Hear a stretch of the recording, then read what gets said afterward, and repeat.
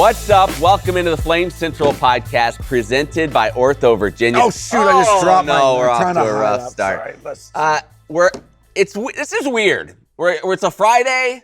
It's a Flames. It's a Central. It's a podcast. I don't know about you, Joe. It's a Friday. These midweek games have got me all out of whack. I don't know what day of the week it is anymore. Learn how to adjust. I know. Make adjustments. I know. I got to be flexible. Yeah, you make your halftime adjustments and you right. figure out a way to win. You're right. And that's what we're gonna do right now. Adapt my Find a way to plan win. to the situation, not force it yet.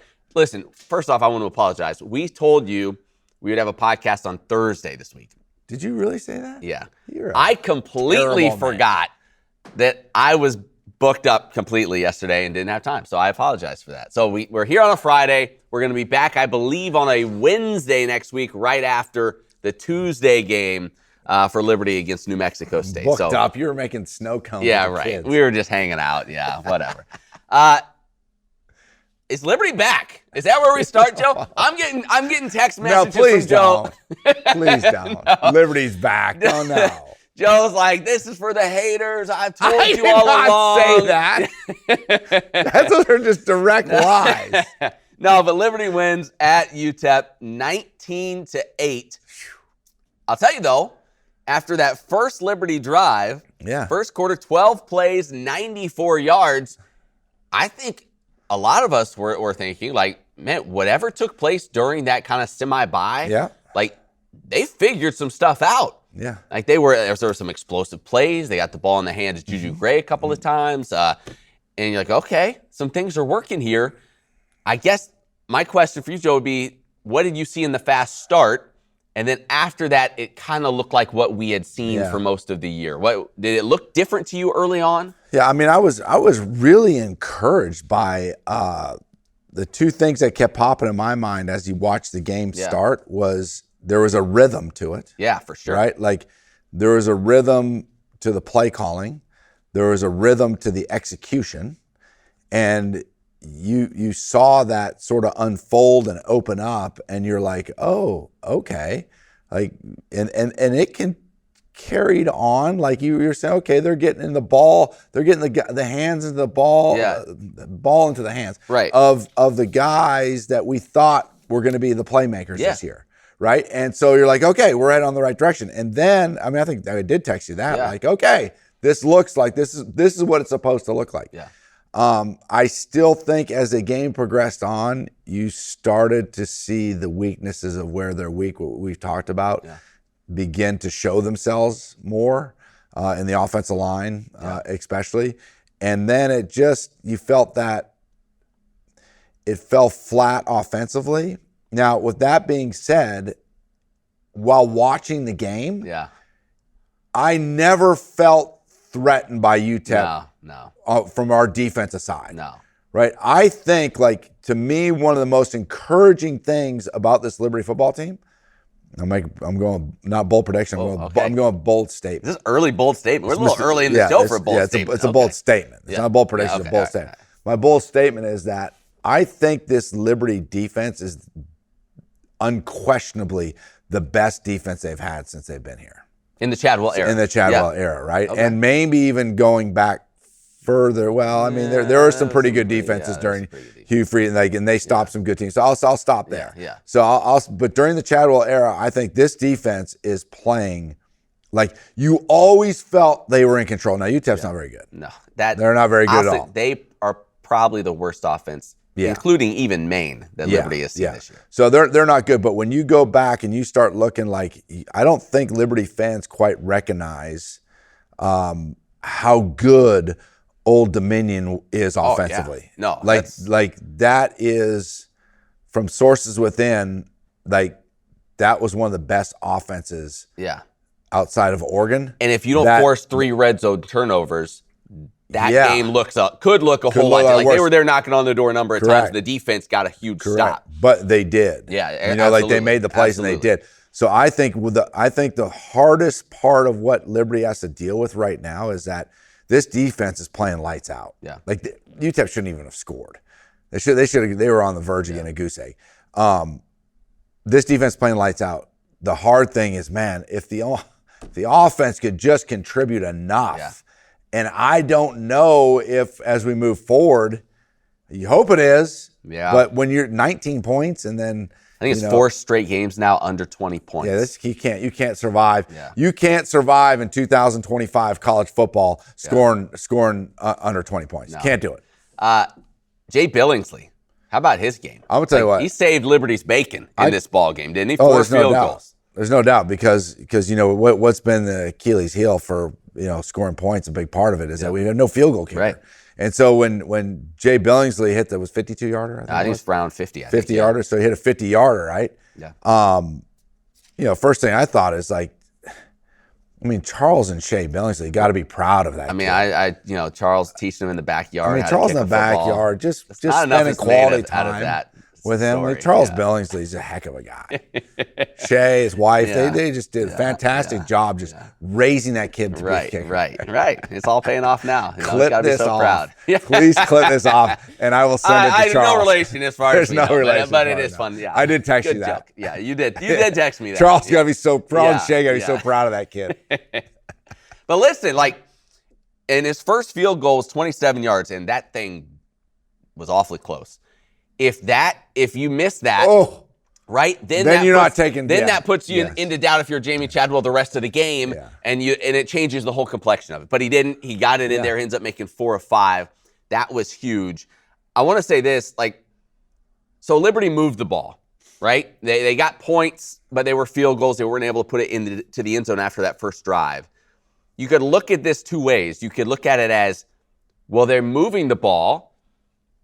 But the probability, chances are, you keep moving the ball, sooner or later, you're going to find a way to break through and get some touchdowns. Or you look at it and say, well, but history this season shows they haven't been able to find the end zone a whole lot. This is just more of the same. How do you look at this game specifically, knowing that they did some things, they moved it all right between the 20s at times, they just aren't able to seal the deal and put it in the end zone? I think on the positive side is it's exactly what we said. You saw rhythm in play calling, and you saw rhythm in execution early, right? So with those 2 things, it's now you got to be able to sustain it, right? You have to be able to sustain it for 4 quarters, and most importantly, you got to put the ball in the end zone. Yeah, got you got to score more touchdowns, right? Because it's moving forward. If you don't score those touchdowns and kick field goals, you're going to get beat, right? So the positive is that you saw it, and it can be there. Now it's the next step is, can you consistently do that against better teams for 4 quarters? And I'll be honest with you, I think it's going to be tough. Yeah. I think it's going to be tough. I think the defense is going to have to play their hearts out, and they're going to have to create turnovers, and they're going to have to figure out ways to win a lot of ball games moving forward. But with the but is, if I'm on the offensive side, I still look at it and go, here it is, guys. It's like when we do our little Yacht Talk statements, and you have the one play, right? If we can do this, we just need to stack on it. Yeah. We just need to stack a little bit more every game. And if you can stack a little bit more consistency every game, and then your defense can hang on to you for you, eventually you could end up winning a lot of football games. Yeah, we're going to get to here in just a little bit. Basketball, men's and women's preseason polls are out. Some preseason accolades coming in for them. We'll get to that. Catch you up on some other stuff as well. Bold predictions were interesting this past week. And a little teaser, for those of you that keep track of all the Flames fantasy standings at home, score yourself and all that stuff, it's getting interesting. So we'll get to that a little bit later. Oh, yeah, it's getting interesting. We'll get to that a little bit later as well. I also, you talk highlights and positives, because that's what we do here. Yeah. We're always sunshine and rainbows. No, we're not always sunshine and rainbows. That's probably the best game of Vaughn Blue's career. Yeah. 17 carries, 75 yards, or at least the best since his very first game as a true freshman 2 years ago against Bowling Green, where he caught a touchdown and stuff. Yeah. That was as good as we have seen him look. First off, good to see him healthy, because that's been a challenge for him. But that's a step in the right direction. We've heard so much about him from the coaching staff all these years. Maybe that's a good step forward for him, that if he can start being more consistent out of that position. Evan Dickens was still out this past week. That adds another layer to this offense. Yeah, I think coaching the running back position can be one of the most difficult positions to coach from a feel aspect. Okay. Right? And that is, running backs take shots, right? Yeah. So they have a tendency to get banged up. Running backs also succeed when they feel like they're in rhythm, right? And so when Evan wasn't there, I think Vaughn knew, like, okay, I got to carry the load. Yeah. And he started to feel the rhythm of carrying the load. And it really showed up with him. And then I think what helped him also was getting Juju involved in the passing game. Right, some of the shots. Two of his receptions were on that very first drive. Yes. First play was they hit him out of the backfield. And so what that does is, and that's what I kept on saying, is that, like, dude, if you can get people like Juju involved in the passing game, it's going to expand the defense and open up more of your running game also. And then Blue gets going, and he feels like he's in rhythm, then you're going to have a lot more success. But it's tough to balance that out between, like, okay, well, how many carries can you get? Yeah. It's not Earl Campbell carrying the football, right? And where you don't get somebody banged up. So I think that's a hard juggle. But to see my boy Blue get it rolling is I think Blue and Juju Gray are two very important pieces. When I go down the line, I look at Blue, I look at Juju Gray, I look at Dante Lee Jr., and I look at Jamari Person. Which he had probably his best game as well. 5 receptions, 52 yards. I want to touch on him. He had 2, maybe 3 of those were like contested catches as well. And that's something that I feel like, we talk about the passing offense stuff. It's not easy, but when you see Dante Lee behind the defense, it's like, well, yeah, obviously, let's throw it out there. Sometimes there are some receivers I feel like where they're not going to be wide open, but you have to give him a chance. Yeah. And there are some guys that earn that trust where, like, he may be covered, but it's one-on-one, and I'm going to give him a chance to fight for the ball and make a play. There were a couple of contested catches that he made. I hope he gets more opportunities like that, because I think we saw a small glimpse of how good we heard he was and how good we think he can be if he gets enough opportunities. Speaking of Person. Yeah, I mean, I really like that, Matthew. That's a very good point. Right, you know what I like about Matthew is he actually has a good feel for football, and I respect that. But that's a really, really good point. Is that you watch some of these quarterbacks that are good quarterbacks, is they have the trust, that what you're talking about. It's the trust factor, right? And when those decisions happen really fast. Like really fast. When you feel it closing in on you, that pocket closing in on you, and you're scanning, trying to find somebody who's open, right? A lot of times it's in there. And a lot of times that decision needs to be made like that. And I trust that guy who's covered, that he's better than the guy who's covering him. Yeah. And my job is to be a distributor, and I'm going to put that ball out there and let that guy go make a play. And if quarterbacks are nervous about their own stats, right, or nervous about their playing time and say, no, I'm not throwing that ball because it's going to get picked. Yeah. And if it gets picked, there's probably a good chance that I might end up getting benched, right?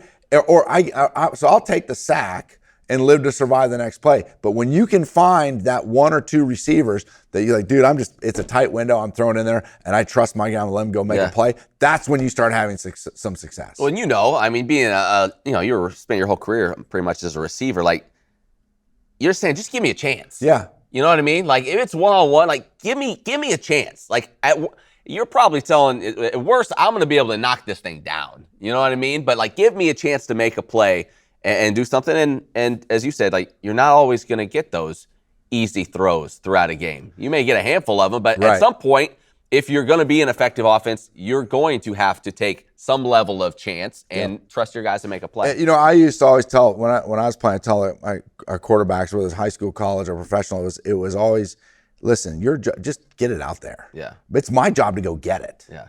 Right? I need to go get it. Yeah. Right? Just give me a chance to go. Exactly what you're saying. It's like, if you need to throw it a little bit high because you're worried, then you need to throw it out there. Like, don't underthrow me. Right. Make me go get it. Right. And if I feel like the old saying, if I'm even, I'm leaving. Right. And I think that's how you have to approach it. And when you have those guys that, once again, not being a dead horse, when you have those guys you have trust and confidence in, then it can really elevate your passing game. It did feel like the ball was getting out of Vasco's hands a little quicker. It was, especially early. Yeah. Especially early. It really did. And he was making, I like Vasco. Yeah. You know, like it goes back to, it's like, I felt as if too, I was worried about him because I wasn't sure if he was going to be 100% healthy. And my whole thing was, don't bring him back until we know he's 100% healthy. Yeah. And he looked good. He did. And he looked healthy. Yeah. And so I mean, he slid. He slid once. He said after the game, that's the first time in his career he's ever slid. You know? Yeah. So, hey, there's something. But I think if he continues to grow, compete, the issue at Liberty that has offensively is up front. Yeah. I mean, that's their struggle. Yeah. You got to be able to massage and work your way. You got to continue to get better. Dirk's continue to coach those guys, help them get better, which he'll do. But you got to be able to sort of work your way around that to be able to score. We saw some guys get action that we had not really seen. Eric Smith, I think he got a couple of carries. Jalen Coleman, Tyson Mobley. I was, in all honesty, I was like, I forgot he was still on the roster. Like it's been so long since we've seen Tyson Mobley. Coleman. He had he was a young running back. Yeah. So you saw some guys get mixed into there that we had not seen. So maybe, again, they used a little extra time off to kind of figure out some ways to get some new folks involved. And for an offense that needs a spark of some kind, you don't blame them for looking a little bit further down that depth chart and saying, all right, maybe we give these guys a crack and see if they can provide anything. Yeah. But I mean, the main thing is the main thing, and that's the defense played well enough. UTEP non-quarterbacks in this game, and credit UTEP, like they were committed to that, trying to run between the tackles. They were for whatever reason. Non-quarterbacks ran 12 times. Ran 14 times for 12 yards in this game. They got absolutely nothing in the run game. They did get the one touchdown on kind of the broken play, the quarterback reverse field, Locklear, and ran it in. But yeah, they were struggling badly offensively. So Liberty now, you don't have much time to dwell on this one. Short week. Tuesday game, midweek on the mountain. So come on out to Williams Stadium. You get a New Mexico State squad that... Is Matt Warren and Joey Hawk on the call? No. No, we are not. I apologize. Is Emily Austin home with a baby? Yes. Yes, she is. She's talking about coming to that game. Oh, she'll be there. So she might be there. She'll bring that little baby. Probably all these little Liberty onesie, Liberty onesie with the little bow on. There'll be a bunch of cheek pinching. Up. It's going to be a bunch of cheek pinching going on. Yeah, it'll be a great Instagram opportunity. So, yes, she's talking about coming out. That's great. But this starts 3 straight home games for Liberty. Let's so we go. talked last week. We said, listen, as bad as it's been, you win at UTEP, you have an opportunity to get on a little bit of a roll, and then you never know. Quickly looking at New Mexico State, they're 3-2 this year, 1-1 in conference play. They haven't played since last Thursday, so they've had some extra time off here. In that game, they beat Sam Houston 37-10. That's the most points they've scored all year. One interesting note, don't have a ton on New Mexico State, but one interesting note on them, they are last in the nation in rushing. 50 yards per game, 1.9 yards per carry on the season. They're not going to want to face that Flames front seven, I'll tell you that much. They don't run the ball. So, well, then how they throw it? Yeah, they're all right. All right, let's get a win. They're all right. I mean, this is you got to win these. Honestly, you look at, and I don't think there's a line out. I couldn't find one. ESPN's kind of projection has Liberty like 75% chance to win. These 3 games, Liberty should be favored in all of them. And if you reel these off, because you go New Mexico State, Delaware, Missouri State. Oh. You've got a chance now to really, really make things interesting. Yes. You know what I'm saying? Yes. Professor Positivity. Professor Positivity. That's right. If things line up for Professor Positivity, boy, they'll all be kicks and giggles back again. They'll be back with kicks and giggles. I said there's no line yet. Bill Simmons has made a career. I've guessed the line. What would you get? Like, I would thinking like Liberty. Like, I would guess if I just had to throw out there. New Mexico's 3-2. Yeah. Who are their wins over? They beat Sam Houston. Sam Houston had a game against. Was it Jackson? Did they play Jackson? Yeah, we're gonna get into that. Yeah, that was last night. I watched that thing. Yeah, it was wild. Jackson State had to escape that ball game. New Mexico State has beaten Bryant 19-3 in the opener. Boom, nothing. They beat Tulsa in Las Cruces, 24-14. Then they lost a couple in a row. Then they beat Sam Houston 37-10. So that's what they beat Tulsa? Yeah, second game of this season. I'm going to say it's going to be like Liberty by 6.5, something like that. Liberty was 1.5 point. There's a line? There's not. Liberty's 1.5 point favorite at UTEP. Yeah, that's I'm going to say like kind of 6.5, somewhere in that Liberty's range. Liberty's only a 1 point favorite at UTEP. I think it was 1.5. Yeah. Oof. Yeah, UTEP is in it. Like I thought, and I think I said at the beginning, I thought they were going to take a real step forward this year. They're bad. They are, and they've had a lot of injuries. Like you look at that pregame or injury report that the conference makes them do.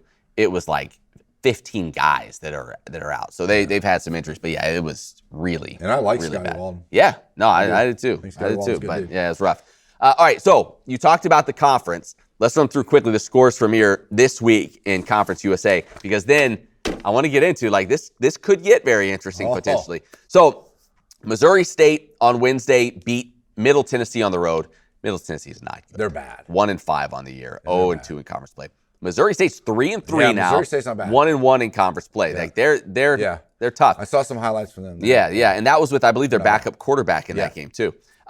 This was the shocker of the week last night as well.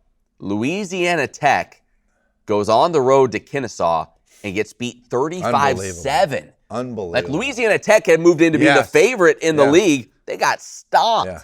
So Kennesaw now 2-0 in conference play, 4-2 with the first-year head coach. So they're playing pretty well. Kennesaw's 4-2. Yeah. They were the worst team in college football last year. Yeah. Not to rub it in. But they were awful. They were awful. And they're 4-2? 4-2. Unbeaten in conference play. And then, as you mentioned, Sam Houston, who's now 0-6 on the year, they've been awful. But Jacksonville State needed a 52-yard field goal at the Horn to beat them. Did you see 29-27. Did you see how that went down? No, I didn't see.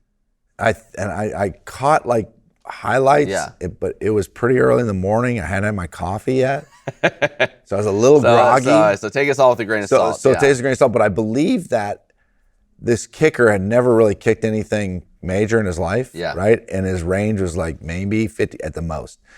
And Sam Houston State with 6 seconds left to set their defense called a timeout.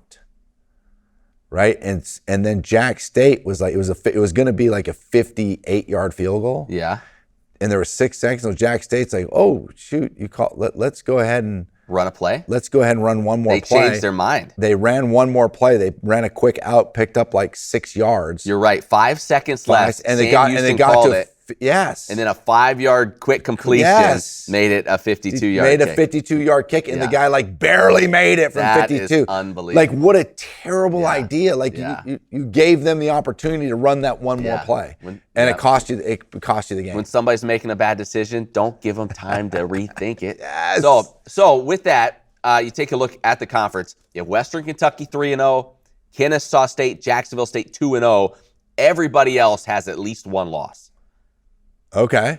So, like you move forward with that. Wait, what's Jack State at? 2-0.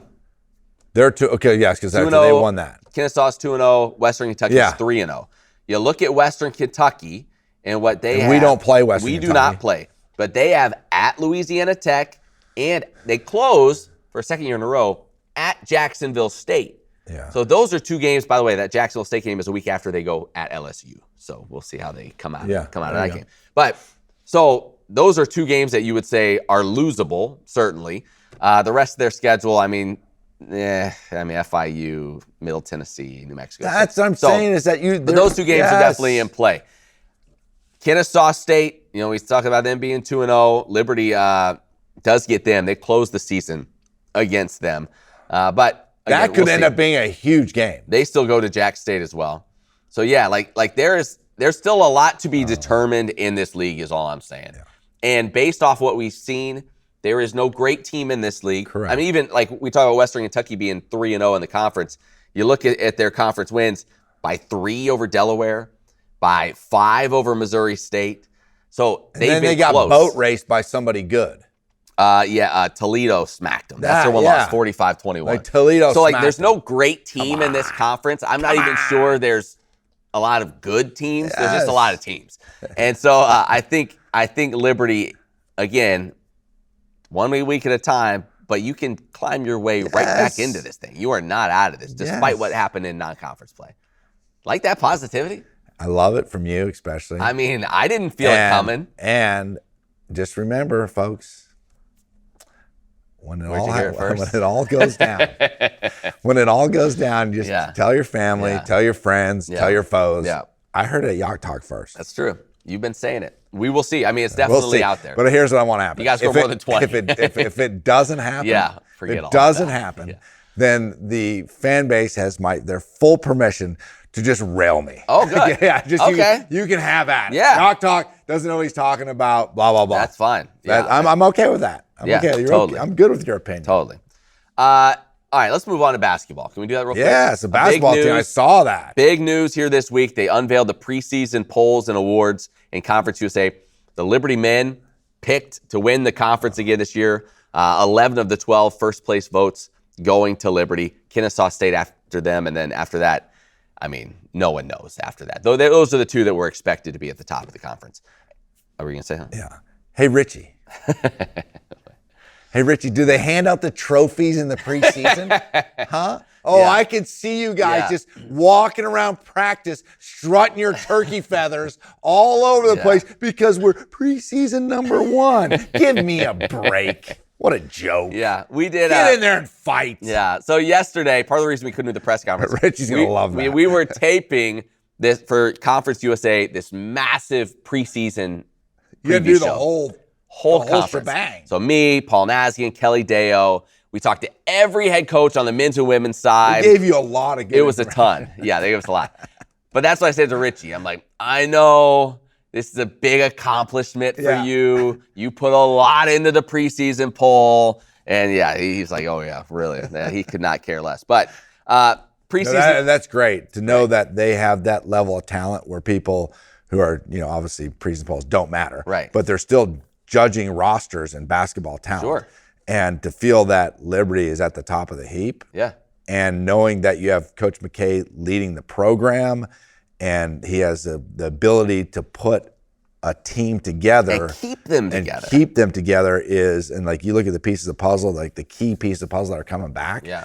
And then you add in some other things and you have a coach staff that can high confidence that can be gelled together. Yeah. That's why they're number 1, and I think they've got a great opportunity to live up to that. But basketball season is going to be exciting. It is going to be exciting. Not only is Liberty first in the Conference USA poll, the field of 68 put them number 1 mid-major team in the country. And today they announced Zach Cleveland a mid-major preseason All-American. Did they really? Today as well. So in Cleveland, Matheny, Porter, preseason All-Conference for the men. The big 3, like those are the guys, you kept them together. That was so huge. And then, as you said, you just add some other pieces around them or some other guys move into bigger roles. Love it. It's going to be fun. On the women's side, Liberty preseason picked 2nd behind Louisiana Tech.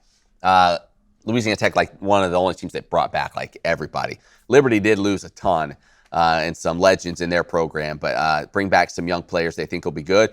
Amy Stout, Avery Mills, 2 freshmen from a year ago, both preseason all-conference on the women's side. So I want Coach Rard just to say, listen, we don't rebuild, we reload. Yeah. That's the kind of swagger. That's the kind of swagger that you walk into on your first season after being assistant. Now you step into that head role. We don't rebuild, we reload. I want to have him on, and because I'm sure he wants some of our advice on what it's like now to be a head coach. Yeah, I mean that's important to him. And how you kind of establish what you want to do. Something I think I would do. We'll talk about culture establishment with him. I think something that is good. A lot of people don't know about this, but I think it's always good with the people even you've worked with, right? So his staff or people he worked with when he was assistant, they're still there. When you're the head guy, like I would start like mispronouncing their names or something. The little things that make them know. Listen, you're not that. I'm in control here. You're expendable. Yeah, right. You're just a somebody. Like, no, I'm like, whatever. Like, that's a good way to kind of just show, like, I'm in charge. Till he calls you Matt Wayner. Yeah, right. Yeah. So just a little tip, little leadership tip. We give some leadership advice from time to time on the podcast. Take what you want from that. Some other quick things to get to around Liberty. Volleyball. Our old friend Eminem said, "Snap back to reality." That happened at UTEP last weekend for them. They got hit pretty good, so they lost both. Thankfully, they come back home this week against Kennesaw State, who's also a pretty good program. They're 3-1 in conference play, but hopefully the girls can get back on track after taking. I mean, they only have 3 losses on the year. 2 of them coming at UTEP last. So they played 2 at UTEP. They played 2 at UTEP and lost both of them, but good chance to bounce back here at home this weekend. Field hockey. Rolling, beat ODU. Bloodbath. Absolute bloodbath. They beat number 17 App State 7-1, and yet still somehow Liberty fell by a spot in the poll. What? So they go from 6 to 7. They're getting the Rodney Dangerfield treatment. Is what they're getting right now. That's what they're getting right now, Joe. So they are at Georgetown today, probably before this podcast even is posted. They're playing at 1 o'clock. Georgetown's got to be good. So I think they're all right. Okay. And then I think they get UVA in non-conference play after that. So that'll be a good test. Please beat the brakes off of them. I knew you'd hope for that. Quickly, women's soccer beat Kennesaw State last night. They're now 3-0-2 in CUSA play in 3rd place. Men's soccer tied at Southern Indiana. 2-2 there. So what's men's soccer? Do you have their overall record right now? Yeah, I can pull it up. I mean, they're good. Yeah, they came out. I think they won their first 2 in conference play, and they lost to Houston Christian. Yeah, the 2-1-1 in conference play. And we didn't mention, I don't think last week, I don't know when it came out, I can't remember, but Kelly Finley, head coach, announcing he's retiring at the end of the year, going into ministry. So this last go-around, it's the last dance. It's the last dance. Last dance. So hopefully they can make a run, put it together, make something good happen in the Ohio Valley Conference, and finish strong for him. You want to do? We got mailbag. You want to hit mailbag? Let's hit some mailbag real quick. Mailbag. Thank you. Quickly, Mark Murdoch, our old friend, Mad Dog Mark Murdoch. Mad Dog. He said, "Seems like teams have more time to prepare for Liberty this year than normal." He apparently looked it up. Listen, Mark seems like a good guy. I'll trust his numbers here. I have not fact-checked this. He says in 5 of the 12 games, the opponent has more prep time than Liberty. We mentioned, remember, it was JMU, ODU. Both of those were coming off buys, those teams. New Mexico State has 12 days to prep for Liberty for this coming game. Liberty on a short week. Trust Murdoch's numbers. It seems like he's done the research. He wants to know, no excuses, first off. No excuses.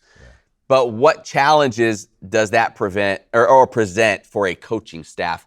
I guess the short week, but also knowing whoever's playing you has had a lot of time to get ready for you. You know, I think with the longer prep time, it's harder. I think the challenge is making the adjustments early in the football game. So for what they've tried to design to be able to do against you. Yeah. Right. And so I think sometimes when you have all those extra days, it gives them more time to come up with certain schemes defensively, certain plays offensively that you haven't seen before.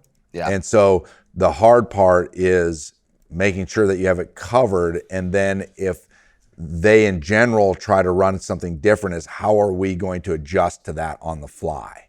And so there is something to be said about that, especially early in a ball game.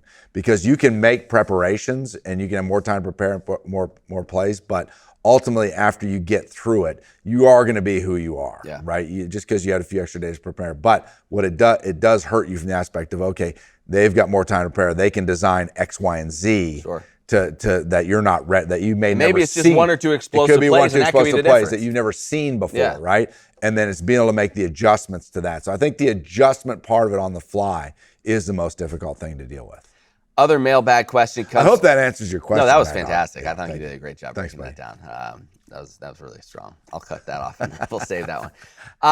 Bob wants to know. Bab. Hey, Bab. Do we really feel good about the UTEP win? And he went through a number of things. I know, like, one of the things that he may have mentioned this too. Liberty, tell about, what does Bob say? What does he feel? Well, let's see. Let's hear what Bob has to say. Defense was great. He was upbeat about the kicking. Spot on, Bob. 2 spot on. Time of possession was great, but yet we only put up 19. Vasco's still kind of who he is, sub 60 completion percentage. Can't put the ball in the end zone. 3rd down play calling, he said was, and I quote, horrific. By the way, Liberty 3 of 18 converting on 3rd. That number is horrific. Absolutely. So he didn't love that. He also felt like we got a little bit vanilla offensively in the second half, which maybe, but like, here's the thing, like, in some ways, especially when you've lost games like Liberty has, don't you think while you would love to get the offense up and humming, don't you think in the back of your mind you're also thinking like, listen, I see what that UTEP offense looks like. Like I texted you at halftime. I said we could take a knee every play the second half, and I feel like we'd still win the game. Like, don't you think you're Jamie Chadwell in some way? You're like, sure, I'd love to take some shots and all that, but like, they're not scoring. Right. They're not going to put up multiple touchdowns against our defense. Yeah. Let's just make sure we get out of here with a win. Yeah, I mean, I think a big part of that is, as a coach and you're standing there watching the game on the sidelines, you have to make an evaluation of how threatened you feel. Yeah. Right? So if you feel threatened, right, there's a lot of teams that will go up 14, 17 points, right? And they're like, that ain't nearly enough. Sure. And so they feel threatened that team's going to come back and beat you. So they try to keep, they're much more aggressive moving forward. Yeah. I think that exact scenario played out. And I think, and if we're being honest here, I think they didn't feel threatened at all against their offense. Where they did feel threatened was that, man, I don't want this to be a situation where we do something and we beat ourselves. Yeah. Right? Where it's like, oh, we didn't protect the A gap. Somebody comes through, they run a blitz, and we get hit from the backside, and they scoop and score. Yep. Right? And so you feel like, oh, we got to get out of here first and foremost with a win. I think all the points that Bob brings up are excellent, excellent points. I was not only disappointed in the third down conversions, but I was disappointed in a lot of those, and I don't know the stats on them, but as I recall, they weren't like 3rd and 10, 3rd and 12, 3rd and 8. There was a lot of 3rd and 2, 3rd and 4. Like, you have your whole playbook open. Yeah. You've got to convert those when you get in those situations. So the third down conversions was very disappointing. And that's what leads to 5 field goal attempts. And that's what leads to 5 field goal attempts. That leads to, obviously, to not scoring touchdowns. And so I said, yes, you've got, if you're gonna go back and say, hey, what's the one thing that we could clean up from that game? It'd be like, you got to convert on third down. Especially, like, I get it, 3rd and 10, 3rd and 12, you get behind the chains. Yeah. Like, it's tough, right? But anything 3rd and 5 or less, 3rd and 6 or less, you got to figure out a way to convert on those. Yeah. And I think they were about 4 or 5 maybe on 4th down. But Bob brought up great points. Yeah, no, he was nailed solid. It. He was solid analyst. Yeah, thank you. Yeah, good job, Bob. We may need to get Bob on the show. We'll get him to fill in for Emily for a while. All right. Let's Flames Fantasy. You'll jump into this. So before we start this, I should mention to you that you have the opportunity to drop Brylan Green and add a defensive player because he's out with injury. So we need to do that. You need to do that. Yep. Here's how it went down this past week. Again, this Liberty team, not an ideal fantasy. Like, you know what I mean? There's not a lot of points to be had is what I'm saying. So lower scoring. Joe got a little over 7.5 points from Jamari Person. Yeah. Dante Lee, 3.8. That's it? That was it. Reese Smith, 0.5 point. And Christian Bodner didn't do anything. I think he was a little dinged up in this game, during the game. So Joe gets 12.1 points. He's up to 150.5. Emily somehow continues to do worse every week when you think there's just no way. She puts up 2.4 points. That's honest. Let's be honest. 2.4 points. Let's be honest. That's all I really care about. She put up like 3 each of the last 2 weeks, and you're like, well, you can't do worse She's trying to make that. trades. And she's like, watch this. Trying to pick up on the waiver wire. 2.4. She's off injured reserve. She's doing everything she can possibly do, and she goes 2.4. It's not good. That's classic. So she has 68.3 points on the year. All right, so I go Juju Gray, 7.8. Joe Carter the last 2 weeks has been a monster. He gives me 9.5 points. Jarrell Farrar, 2.5. Caden Williams, 3.6. Jacob Jenkins, 1.4. So everybody scored. Jacob Jenkins. 24.8 for me on the week. So Joe overall was running away. He was already like designing. I see him designing a new trophy. He has 150.5 points. I now have 131.9.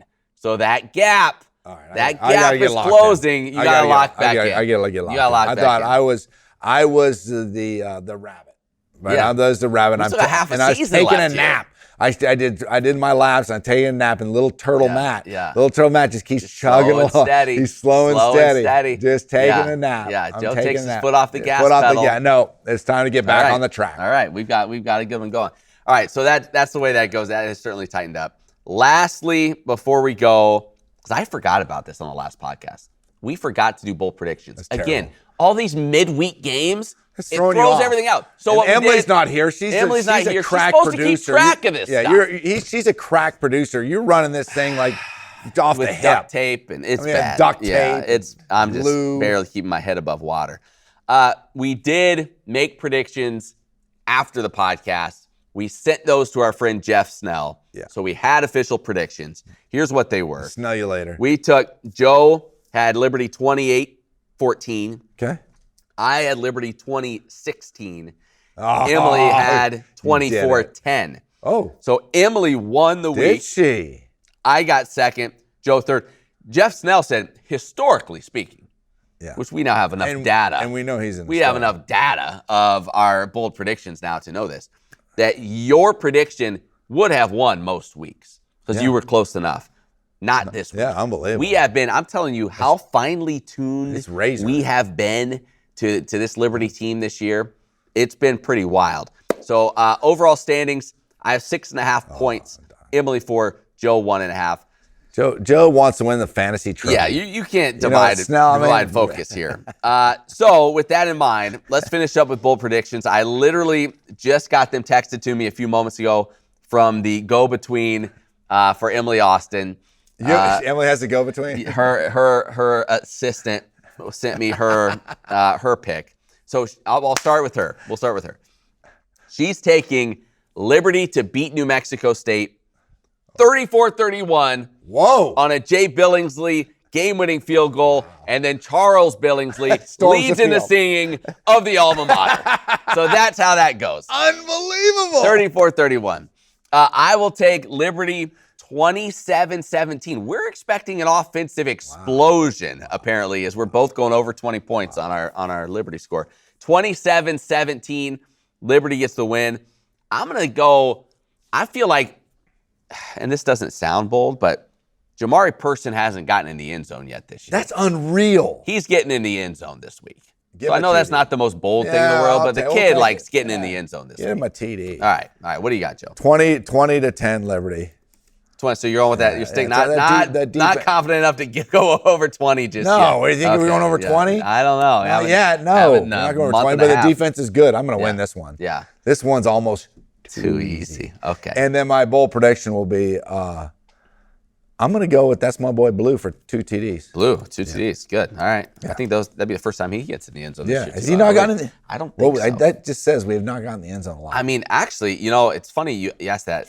We'll see how quick I can do this, but I'm trying to think rushing touchdowns that aren't from Vasco. Let's see. Julian Gray is the only. You got to be kidding. Evan Dickens. We forgot about Evan Dickens with you. He had 2. How long? Gray 1. Vasco 3. I haven't heard on Dickens. I think they're hoping it's not a longer term thing. So hopefully they can get him back and add him in there because when he was healthy, he was the best running back that we had going. Anything else, Joe? Good? I think we're good. All right. Well, I'm excited. I'm excited moving forward. Midweek on the mountain. Midweek on the mountain. One game at a time, you climb your way back into this thing. Let's get a quick first of 3 straight at home. Let's get a quick weather report for Tuesday. Oh yeah, what do we got? I'm pulling it up right now, folks. Let's see I think it's good. What time does this ball game kick off? 7:30? 7 o'clock. 7 o'clock. 7 o'clock? Yeah, I believe so. All right, Daily is showing me. All right, Tuesday, 77 and sunny during the day.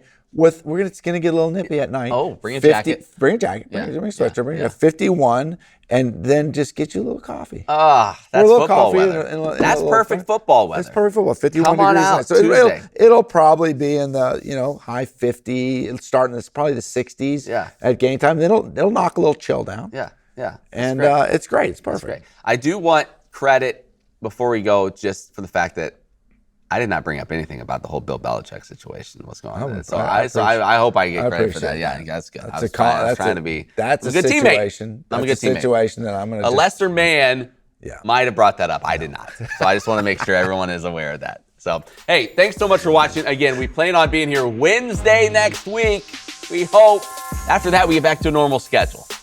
Back to normal schedule. Only 2 midweek games this year. That's right. Because there's the open date. Yeah, So we'll get back to normal schedule after that. And this is almost too easy. It's the Flames. It's the Central. It's the podcast powered by OrthoVirginia. See you right back here next time.